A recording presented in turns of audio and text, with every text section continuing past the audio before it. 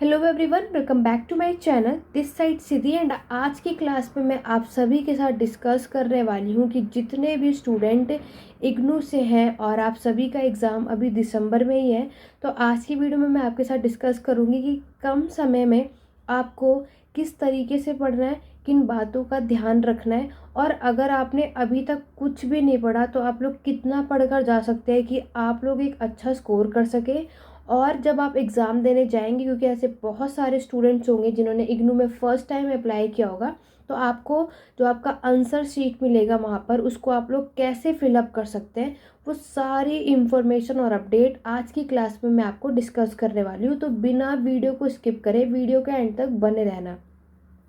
आप सभी के साथ साथ ये भी डाउट्स रहते हैं कि मैम हमें 20 मार्क्स में कितना लिखना चाहिए, 10 मार्क्स में कितना लिखना चाहिए, हमें कैसे लिखना चाहिए कि हम एक अच्छा स्कोर कर सकें अपने एग्ज़ाम में। और हमने अभी तक कुछ नहीं पढ़ा क्योंकि हम एक वर्किंग है तो हमारे पास इतना टाइम नहीं होता। तो आप लोगों को ये सारे जो डाउट है ना, इसी वीडियो में क्लियर होने वाले हैं, तो वीडियो को बिना स्किप करे देखना है।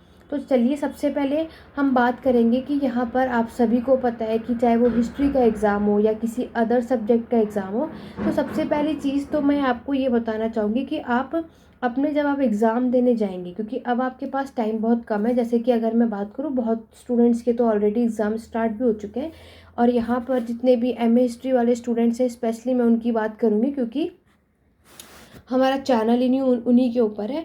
तो यहाँ पर आप सभी जानते हैं कि जैसे कि जितने स्टूडेंट एमए हिस्ट्री के स्टूडेंट्स हैं, आप लोगों का जो एग्ज़ाम है वो आपका स्टार्ट है 7 दिसंबर पे, ठीक है। तो यहाँ से आप लोगों का एग्ज़ाम स्टार्ट है और 15 दिसंबर तक चलने वाला, और इसी तरीके से सेकेंड ईयर्स के एग्ज़ाम भी साथ में है, और साथ ही साथ अदर्स जो भी सब्जेक्ट्स हैं, इंग्लिश, पॉलिटिकल साइंस, सोशोलॉजी। तो देखो स्टूडेंट्स, आप सभी को किन बातों का ध्यान रखना है, खास तौर से जो फर्स्ट ईयर के स्टूडेंट हैं, जो फर्स्ट ईयर में आ चुके हैं। जब आप अपने एग्ज़ामिनेशन यहाँ पर जाओगे तो पहले तो ये डिस्कस करते हैं कि अब हमारे पास कम टाइम है, हमने कुछ भी नहीं पढ़ा, और आपके पास सबके पास 4 सब्जेक्ट्स होंगे, ठीक है। तो हम उन 4 सब्जेक्ट को इनके कम टाइम में कैसे प्रिपरेशन करें, क्योंकि आप सभी के एग्ज़ाम में किसी सब्जेक्ट में ऑफ मिला है, किसी में नहीं मिला है, तो हम कैसे इतने सारे यूनिट्स को कवर अप करें। तो जिन्होंने कुछ नहीं पढ़ा उन्होंने भी आप अच्छा स्कोर कर सकते हो। सिर्फ मेरी इन सारी बातों को बहुत ध्यान से आपको समझना और सुनना है। तो देखो स्टूडेंट, आप लोग सबसे पहले क्या करो, फर्स्ट ईयर के स्टूडेंट हो, आप चाहे हिंदी मीडियम के हो चाहे इंग्लिश मीडियम पे हो, ठीक है। आप लोगों ने अपना असाइनमेंट भी ज़रूर बनाया होगा, तो एक बार असाइनमेंट उठाओ और उसमें देखो कि आप लोगों का जो भी क्या होता है, क्वेश्चन पेपर होता है, ठीक है। उस क्वेश्चन पेपर में अगर आप देखोगे तो वहाँ पर आपको क्या मिलेगा, सेक्शन ए और सेक्शन बी, ये सभी के, चाहे आप कोई भी सब्जेक्ट का एग्ज़ाम दे रहे हो, तो सेक्शन ए में और सेक्शन बी में टोटल मिलाकर के 5 क्वेश्चंस होते हैं, यानी टोटल 10। और किसी किसी के एग्ज़ाम में, यानी अदर सब्जेक्ट्स में अगर हम बात करें तो किसी में टोटल मिला के 8 क्वेश्चंस होते हैं। आप लोगों का जो भी एग्ज़ाम है अपने अकॉर्डिंग देख लेना। तो आप लोगों को क्या करना होता है, 10 में से नहीं तो 8 में से सिर्फ और सिर्फ 5 क्वेश्चंस अटैम्प्ट करने होते हैं, ठीक है। और हमारे पास इतना टाइम तो है नहीं, जैसे अब आप हिस्ट्री वाले स्टूडेंट्स को देखिए, अब आपके पास सिर्फ 2 ही दिन बचे हैं। अब हम इस पर कैसे पढ़े, क्या पढ़े, हमें कुछ भी नहीं पता, इतने सारे टॉपिक्स हैं, सिलेबस है, क्या इंपॉर्टेंट है क्या नहीं, इतना पढ़ के जाए तो काम बच जाए, इतने सारे डाउट आते हैं मेरे पास। लेकिन अब आपके डाउट का सॉल्यूशन समझो, क्योंकि अभी देखो पेड क्लासेस का लेने का टाइम तो है नहीं, कुछ और पढ़ने का टाइम तो है नहीं। तो मैं पहली बात तो ये कहूँगी, नया तो कुछ भी मत पढ़ना। अभी हमने जितना पढ़ा है सिर्फ उस पर फोकस। सबसे पहले आपको क्या करना है, जिन्होंने अभी तक कुछ नहीं पढ़ा पहले मैं उनकी बात करूँगी, फिर जिन्होंने कुछ पढ़ रखा है तो उनको क्या करना है उनके बारे में भी बात करेंगे, ठीक है। तो जो जिसके पास टाइम है, जो पेशेंसली इस वीडियो को देख सकता है, वही इस वीडियो में बने रहे, अदरवाइज बाकी इसको स्किप कर सकते हैं। देखो स्टूडेंट, आपको पहले क्या करना है, जिन्होंने अभी तक कुछ भी नहीं पढ़ा, आप लोग क्या करो, सबसे पहले आपको कम से कम आज से 3 या 4 साल के प्रीवियस ईयर क्वेश्चंस पेपर उठाने, ठीक है। ये मैं हर सब्जेक्ट की स्टूडेंट की बात कर रही हूँ यहाँ पे। तो आपको क्या करना है, प्रीवियस ईयर उठाना है।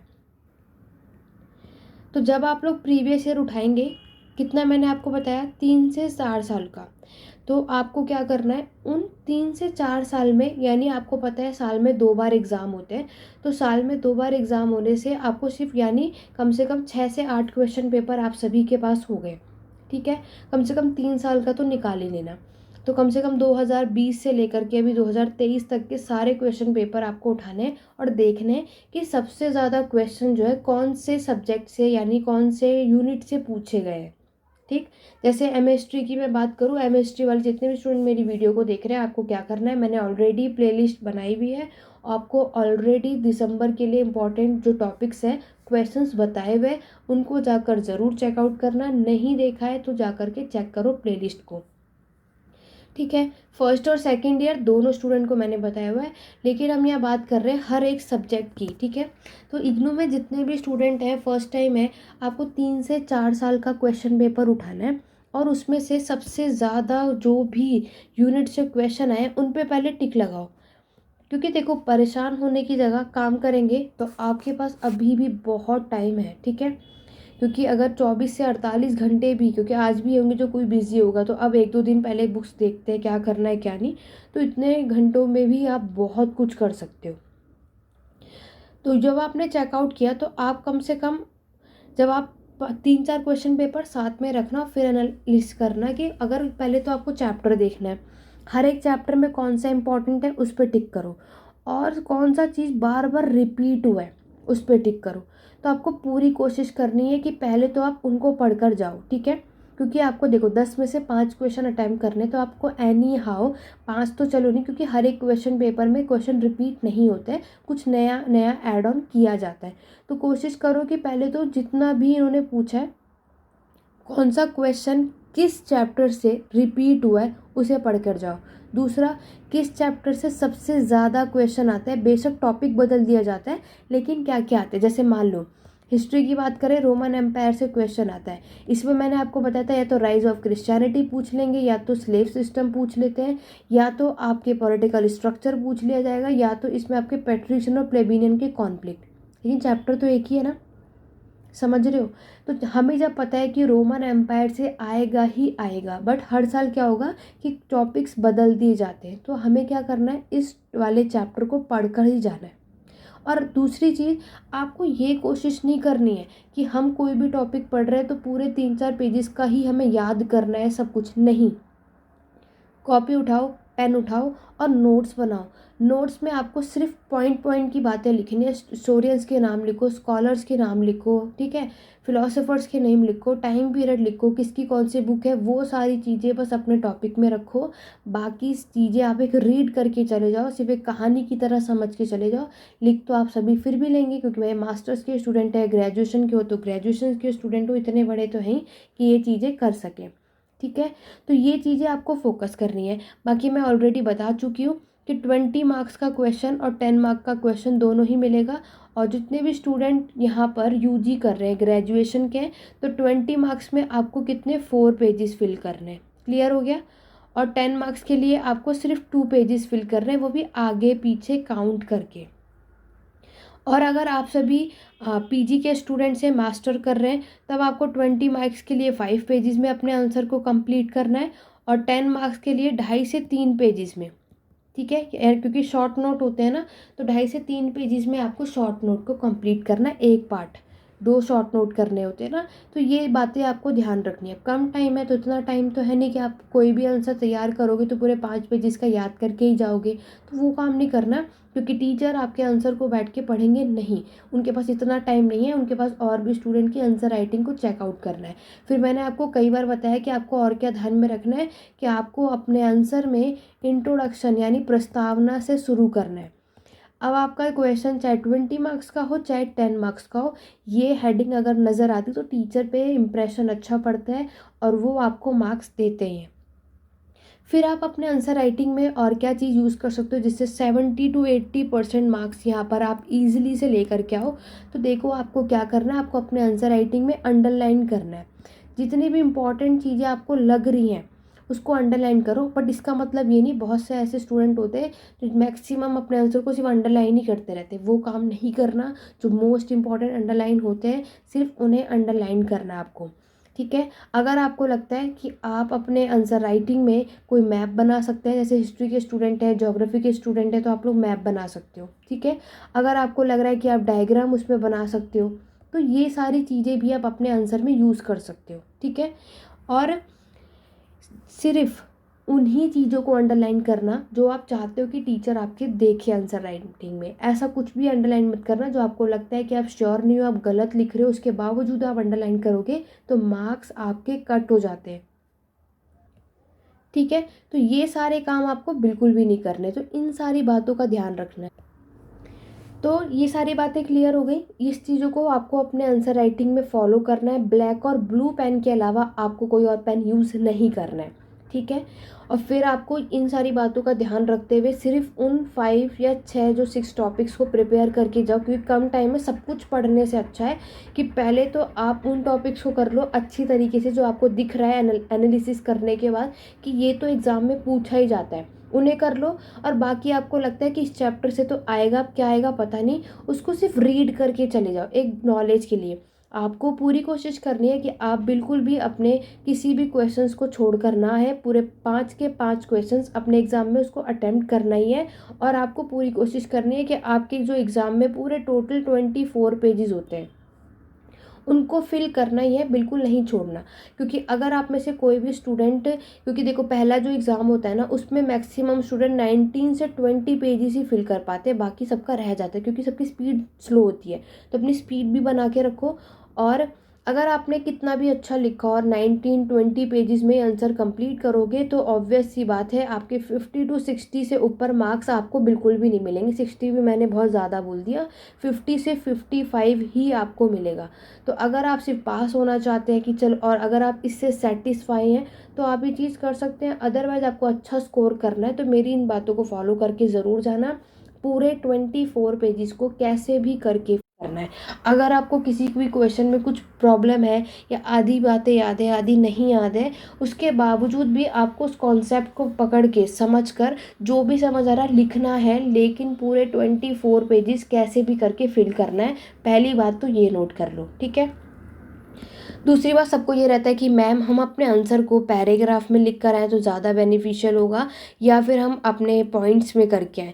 तो देखो स्टूडेंट, क्या होता है, अगर आप अपने आंसर को ज़्यादा दिखाना चाहते हो आपने, तब आप पॉइंट्स में करो, बट पॉइंट ज़्यादा नहीं होने चाहिए। मैं आप सभी को सजेशन दूंगी पैराग्राफ में अपने आंसर को करो।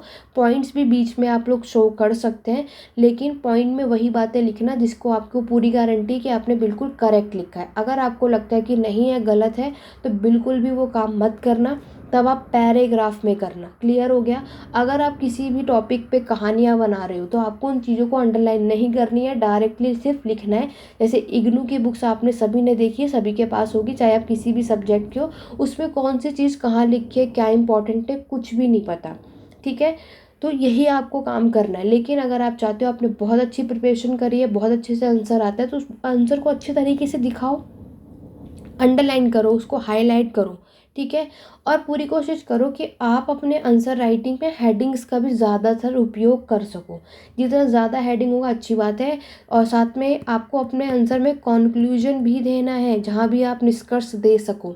अब वो आपकी चॉइस है, आप अपने अकॉर्डिंग लिखना चाहते हैं या बुक से पढ़ के, वो आपकी चॉइस है। लेकिन कोशिश आप सभी को यही करना है, चाहे आपका आंसर 10 मार्क्स का हो चाहे 20 मार्क्स का, लेकिन आपको अपने आंसर में ये काम करना ही करना है, चाहे उन्होंने आपके एग्ज़ाम में कुछ भी क्वेश्चन पूछा हो। क्लियर हो गया।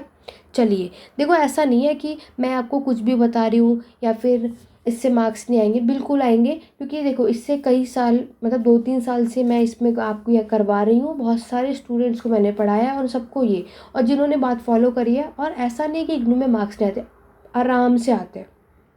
ठीक है, 80-85 जितना अच्छा 90 तक आते हैं। लेकिन वो आपके ऊपर डिपेंड करता है आप कितना लाना चाहते हैं, तो उसके लिए आपको चीज़ें ध्यान में रखनी होगी। दूसरा क्या है कि आपकी हैंड राइटिंग भी इम्प्रूव होनी चाहिए, अच्छी लिखनी है। ऑब्वियस है कि सबकी अच्छी नहीं हो सकती, तो जिनकी इतनी अच्छी नहीं है तो आप कोशिश करो कि पहले तो आप उन पेन का यूज़ करना जिससे आपकी स्पीड अच्छी हो। ठीक है, बहुत कुछ ऐसे नए होते हैं, शौकीन होते हैं कि चलो कुछ नए पेन लेकर के जाते हैं, बट स्पीड नहीं बन पाती। आपको कोशिश करनी है आप उन पेन का यूज़ करें जिससे आपकी स्पीड बने और जिससे आपकी राइटिंग ठीक आए, कि कम से कम वो टीचर आपके आंसर राइटिंग को पढ़ सके। ऐसा ना हो कि उन्होंने ओपन करा, उनको समझ नहीं आया, वो आपको फिर ऐसे से ही मार्क्स देंगे, फिर बस वो मुश्किल से पास हो गए तो ठीक है, अदरवाइज वो बैक भी आ जाती है, तो बहुत प्रॉब्लम फेस ऑफ करना पड़ता है। क्लियर हो गया। तो ये बात तो समझ आ गई कि कुछ नहीं पढ़ा तो क्या पढ़ना है। और एमएसटी वाले स्टूडेंट्स के लिए ऑलरेडी प्लेलिस्ट में वीडियो है, जाकर के चेकआउट करो, लिंक डिस्क्रिप्शन बॉक्स में। क्या पढ़ना है, कितना पढ़ना है, कैसे पढ़ना है, अदर सब्जेक्ट का मैं ऑलरेडी बता चुकी हूँ। चलो, ये तो एग्ज़ाम की तैयारी हो गई, क्या करना है क्या नहीं, अभी आगे भी बताऊंगी। सबसे पहले देखो, ये मेरे पास देख रहे हो, ये आप लोगों के जब एग्ज़ाम देने जाओगे तो आपको जो आंसर शीट मिलेगी उसका फ्रंट पेज कुछ इस तरीके से होगा। तो आपको कैसे फिल करना है वो मैं आपको बताती हूँ। देखो स्टूडेंट, सबसे पहले आपका एनरोलमेंट नंबर पूछा जाएगा, तो आई कार्ड लेकर के जाना अपना, ठीक है। बिना आई कार्ड के मत जाना, क्योंकि फिर वहाँ पे एंट्री नहीं होने देते। आपका आई कार्ड होना चाहिए आपके पास, और जो आपका एडमिट कार्ड है उसको प्रिंट आउट करा के ले जाना। ये दोनों चीज़ कंपलसरी है, इसके बगैर आपको परमिशन नहीं मिलेगी।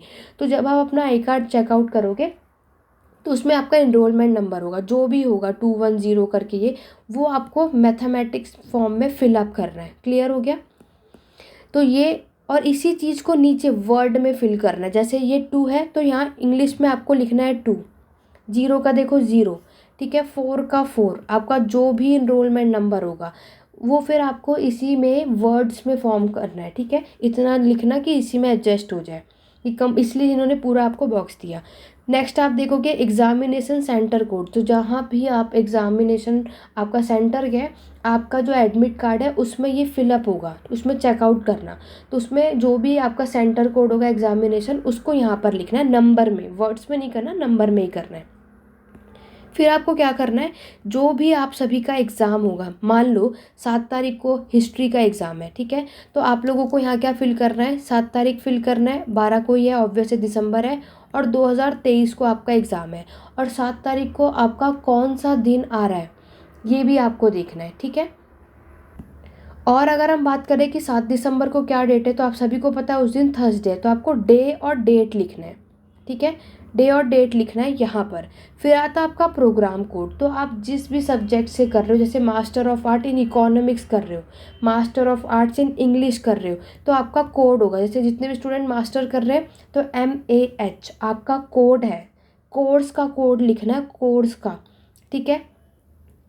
इसी तरीके से कोर्स कोड आपने करा, और फिर आपको लिखना है जो भी सब्जेक्ट का आपका एग्ज़ाम होगा, ठीक है। जैसे कि मान लो कि पहला एग्ज़ाम MHT वालों का MAH है, यानी MHI01 होता है उनका। ऐसे ही अगर आप पॉलिटिकल साइंस के स्टूडेंट हैं तो MPS01। तो जो भी जिस भी सब्जेक्ट का आप एग्ज़ाम देने जा रहे हो, आपके एडमिट कार्ड में अगर आपको नहीं पता होता, बहुत सारे ऐसे स्टूडेंट होते हैं जिन्हें नहीं पता होता, तो आप अपने एडमिट कार्ड में चेक करना, आपके सब्जेक्ट के साइड में ही आपके सब्जेक्ट का कोड लिखा होगा, ठीक है। तो आप जिस भी सब्जेक्ट का एग्ज़ाम देने गए हैं उसका कोड आपको यहाँ फिल करना है। क्लियर हो गया। आगे बात करते हैं, फिर आपको क्या लिखना है, ये तो आपने लिख दिया कि चलो मान लो कि आपका सबसे पहला एग्ज़ाम MHI01 का है। फिर आपको कोर्स टाइटल का मतलब होता है आपके उस सब्जेक्ट का नाम क्या है। ऐसे बहुत सारे स्टूडेंट होते हैं जिन्हें अपने एग्ज़ाम तो देने जाते हैं बट उन्हें अपना सब्जेक्ट का नाम ही नहीं पता होता। तो वो भी नहीं पता तो कोई इतनी भी टेंशन नहीं लेनी आपको। तो आपको क्या करना है, आप अपने ही एडमिट कार्ड में चेक करना, उसमें आपके नाम भी मेंशन होगा। जैसे कि जितने भी स्टूडेंट MHI01 हो गए तो उनके सब्जेक्ट का नाम है एंशिएंट एंड मेडिएवल सोसाइटी, ठीक है। और यहाँ पर ऐसे बहुत सारे स्टूडेंट होंगे जो हिंदी मीडियम के भी होंगे और उनको होगा कि हम हिंदी में, तो क्या हिंदी में लिखे, आपकी चॉइस है। प्राचीन और मध्यकालीन समाज लिख सकते हो, अदरवाइज आप इंग्लिश में भी फिल कर सकते हो, ऐसी कोई प्रॉब्लम होगी नहीं। फिर आता है आपका मीडियम, कि आप कौन सी लैंग्वेज में अपना एग्ज़ाम लिखने वाले हो, वो आपको यहाँ पर पहले टिक करना है, फिर लिखना है, ठीक है। फिर अब सबसे बड़ी बहुत सारे डाउट्स ये भी आते हैं कि मैम हमने जब अपना एडमिशन फॉर्म फिल किया था तब हमने इंग्लिश मीडियम फिल किया था, अब हमें हिंदी में एग्ज़ाम देना है। तो आप लोग बिल्कुल दे सकते हो, आप जिस भी लैंग्वेज में कंफर्टेबल हो आप उसमें एग्ज़ाम दो। बट एक बात याद रखना, अगर आपने एक एग्ज़ाम इंग्लिश में दिया है तो बाकी चारों भी आपको इंग्लिश मीडियम में ही देना है। अगर आप एक सब्जेक्ट हिंदी में दोगे तो बाकी भी हिंदी में देना है। मतलब आपके एप्लीकेशन फॉर्म में एडमिशन के टाइम पर कुछ भी लैंग्वेज लिखा हो वो मैटर नहीं करता।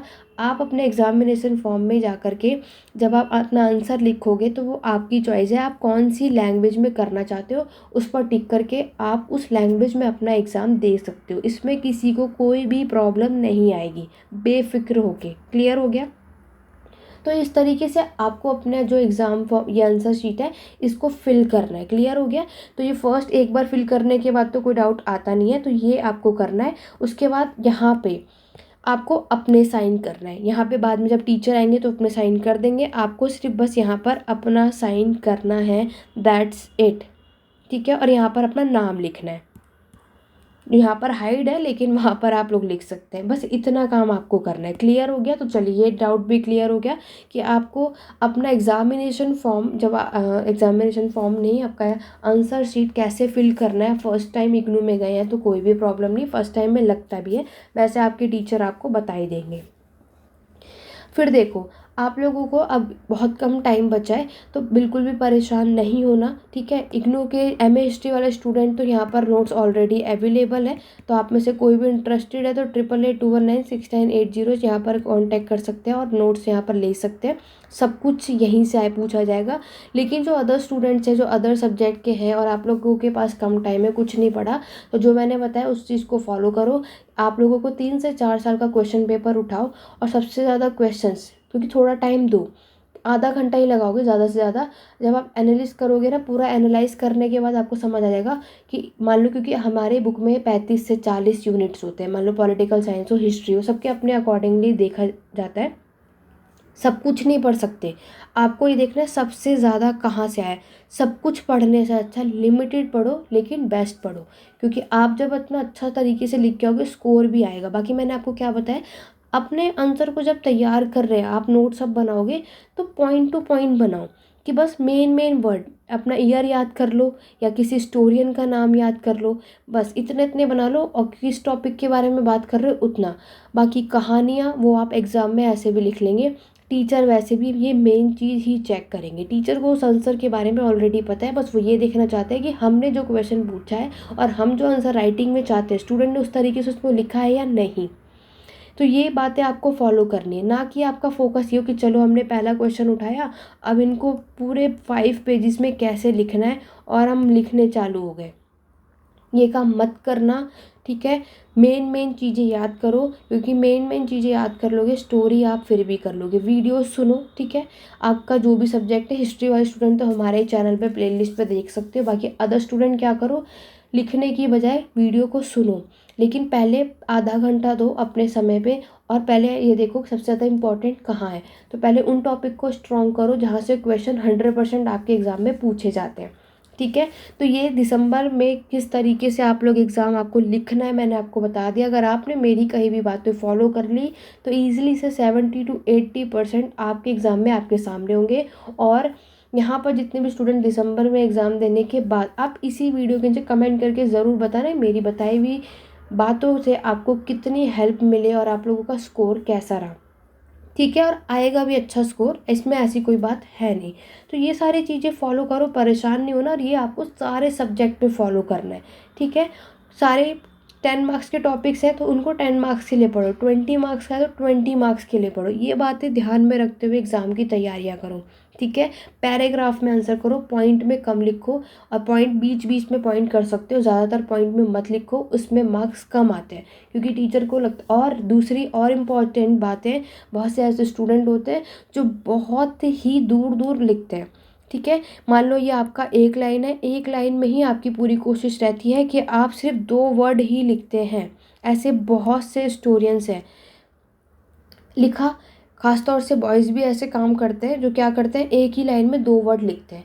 तो आप इस तरीके से करोगे तो टीचर को ऑब्वियस है समझ में आएगा कि आपको इतनी नॉलेज नहीं, चाहे आपने कितना अच्छा लिखा हो, लेकिन आप क्या कर रहे हो, कम बताने की कोशिश कर रहे हो। ये काम नहीं करना, आपको प्रॉपर तरीके से जितना स्पेस दिया जाता है उतने स्पेस में ही करो। एक लाइन में 4-5 वर्ड तो आने ही चाहिए ना, 2-3 से क्या ही बात बनेगी। तो पूरी कोशिश करनी है कि आप लोग उन चीज़ों का ध्यान रखो। ठीक है, और ये भी सबसे बड़ी गलतियाँ बहुत सारे लोग करते हैं कि जैसे मैंने आपको बोला कि आपको अपना आंसर 5 पेज में कंप्लीट करना है। मान लो कि आपका कोई आंसर यहाँ तक कंप्लीट हो गया, तो फिर बहुत से लोगों को मैंने देखा है कि उसको छोड़कर 3rd पे नेक्स्ट पेज पे चले जाते हैं नेक्स्ट क्वेश्चन करने। अरे आप एग्ज़ाम देने गए हो, वो क्यों स्किप कर रहे हो? आपको नेक्स्ट क्वेश्चन भी उसी के नीचे से ही स्टार्ट करना है। अभी आप सोच रहे होंगे कि मैम ये तो कॉमन सेंस वाली बात है, इतना तो हमें भी पता है, लेकिन ऐसे बहुत से स्टूडेंट हैं और होते भी हैं जो क्या करते हैं, नीचे का स्पेस उसको छोड़ देंगे 2 लाइन लिखकर और चले जाएंगे 3rd पेज पे। तो ये बातें बिल्कुल भी फॉलो मत करना, ठीक है। तो इसीलिए ये सारी गलतियां मैंने देखी हैं, तभी आप सभी को गाइड कर रही हूँ, ताकि आगे आने वाले जितने भी स्टूडेंट यहाँ पर एग्ज़ाम देने वाले हैं वो ये गलतियाँ ना करें और हर एक चीज़, हर एक बातों का ध्यान रखें। इसीलिए मैंने ये वीडियो लेकर के आई हूँ, ताकि आप लोग कम समय में बहुत अच्छा स्कोर कर सको और आराम से सारी चीज़ें समझो कि कैसे करना है। बाकी जिन्हें सिर्फ पास होना है तो वो आपकी चॉइस है, जैसा आपको ठीक लगे वो आप लोग वैसा कर सकते हैं। बाकी 80 to 90% स्कोर करना है तो इन सारी बातों को ध्यान में रखते हुए अपनी एग्ज़ाम की तैयारी कीजिए और कुछ भी नया नहीं पढ़ना, रिवीजन करो उतना ही जितना आपको पढ़ना है। जिन्होंने कभी बुक ही नहीं खोली, सिलेबस ही नहीं पता, तो उनको मैंने बता दिया 3 से 4 साल का उठाओ क्वेश्चन पेपर और प्रैक्टिस करो। और जो ऑलरेडी पहले से पढ़ते हुए आ रहे हैं, जिन्होंने सब कुछ पढ़ रखा है, तो आपको कुछ नहीं करना, जितना भी आपने पढ़ा है और इसमें से इम्पॉर्टेंट चीज़ है, अब सिर्फ रिवीजन पे फोकस करो। जो टॉपिक्स आपके रह गए उसको स्किप कर दो, क्योंकि 10 में से 5 क्वेश्चन अटैम्प्ट करना है, इतना तो आप वैसे भी लिख कर आ ही जाओगे। तो 10 में से 10 क्वेश्चन करने से अच्छा है कि कम से कम 10 में से 6-7 क्वेश्चन इतना अच्छा करके चले जाओ। उसी को कैसे बेटर हमें लिखना है, कितना अच्छा कि टीचर हमें ऐसे ही स्कोर दे दे, ठीक है। ना कि हमें ये कि 10 के 10 क्वेश्चन हमें अच्छे से पढ़ कर ही जाने हैं बेस्ट, तो उसमें आपका टाइम वेस्ट है। मैं यही कहूँगी, सारा पढ़ने से अच्छा है कम पढ़ो लेकिन अच्छा पढ़ो और अच्छा लिख कर आओ, ठीक है। चाहो तो अपने एग्ज़ाम से पहले एक बार खुद भी आंसर राइटिंग खुद लिख कर देखो कि आप एक आंसर को कितना टाइम दे रहे हो, ताकि आपकी स्पीड भी बने रहे। और अपनी तैयारियाँ आप लोग पहले से ही करके जाइए, सब कुछ ले कर के जाना है, एडमिट कार्ड, आपका आईडी कार्ड, सब कुछ। इसके बगैर आपको वहाँ पर परमिशन नहीं मिलेगी। तो ये सारी चीज़ें आपको अपने एग्ज़ाम से पहले इन बातों का ध्यान रखना है। आशा करती हूँ मेरी ये वीडियो आपको बहुत हेल्पफुल रहेगी। मेरी तरफ से सभी को बेस्ट ऑफ लक और आप सभी अच्छे स्कोर करें। और किसी भी ईयर के स्टूडेंट हो, फर्स्ट सेकंड थर्ड, इसी तरीके से करेंगे तो आप बेटर स्कोर करेंगे, ठीक है। तो चलिए स्टूडेंट, ये थी छोटी सी मेरी तरफ से आप लोगों को हेल्प, क्योंकि आप सभी के बहुत डाउट आ रहे थे कि मैम किन बातों का ध्यान रखना है, कैसे एग्ज़ाम लिखना है, क्या करना है, कुछ नहीं पढ़ा तो क्या करें। तो यही कहूँगी, जो जो बातें बताई हैं इन सभी को फॉलो करो, और जिन्होंने वीडियो स्किप करी है तो बैक करके दोबारा से आराम से इस वीडियो को सुनो और इन सारी बातों को फॉलो करो, ताकि आप अच्छा स्कोर कर सके। और आशा करती हूँ आज की वीडियो आप सभी को हेल्पफुल रही होगी। इसी के साथ हम मिलेंगे अपने नेक्स्ट वीडियो में। आज की वीडियो पसंद आए तो लाइक शेयर करना बिल्कुल भी मत भूलना। चैनल सब्सक्राइब नहीं किया, चैनल सब्सक्राइब कर लो, बेल आइकन प्रेस करो, ताकि आगे आने वाली वीडियोस की नोटिफिकेशन आप सभी को मिलती रहे। और कोई डाउट या क्वेरी है तो आप कमेंट के थ्रू पूछ सकते हैं। तो चलिए स्टूडेंट, आज की वीडियो में बस इतना ही। मिलते हैं अपने नेक्स्ट वीडियो में। Thank you for watching.